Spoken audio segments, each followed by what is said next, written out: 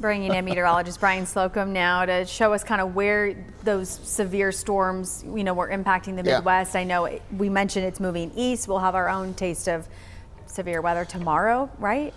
Late tonight, early tomorrow morning, yeah. And I don't think it's going to be nearly like that. And we're not expecting tornadoes. It could have a few strong wind gusts, but just kind of show you where those storms were. Kankakee County is near the Indiana border, and its storms touch down here and then later touch down some additional tornadoes in Indiana.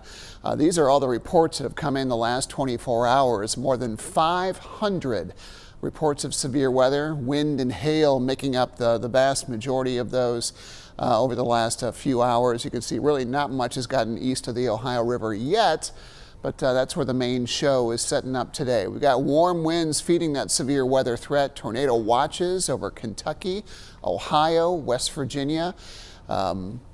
Few severe thunderstorms on that secondary line. That should get more active as we go later today. That front's going to ease our way. More parts of more than 20 states in that elevated severe risk, including a level 2 slight risk that extends from the mid-Atlantic all the way down to the Gulf Coast. Tornadoes, a decent threat. That hatched areas that you see there are for stronger tornadoes, and you can see several states under that threat. We'll have a threat for some damaging wind gusts. Notice the brighter colors.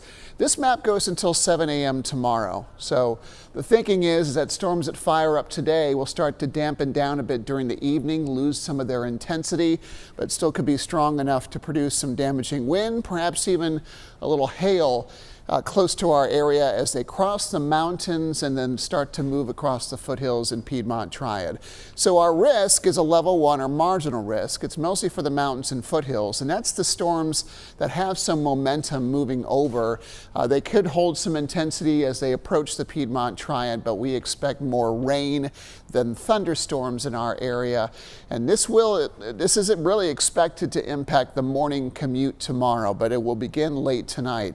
Our temperatures are warm and fast. Already 77 degrees in both Winston-Salem and Greensboro. Those temperatures jumped over the last little while. High temperatures somewhere in the low to mid 80s this afternoon. If we get above 82, it's the warmest day of the year so far. We'll have a window of some sunshine with some passing clouds mixed in. Mainly clear skies during the evening to partly cloudy. And then late tonight, we'll start to see those clouds gathering as that cold front approaches. Rain chances begin shortly around midnight or so and start to pick up from there farther west in the foothills after highs in the lower 80s today. Mountains could see those showers beginning as early as late this evening, with rain chances starting to increase during the overnight hours tonight. So let's take you through that with the hour by hour. I mean, wow, it gets so warm today.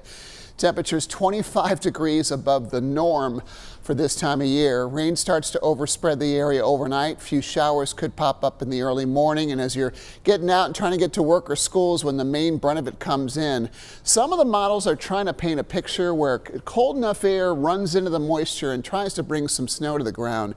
Temperatures really never get to freezing.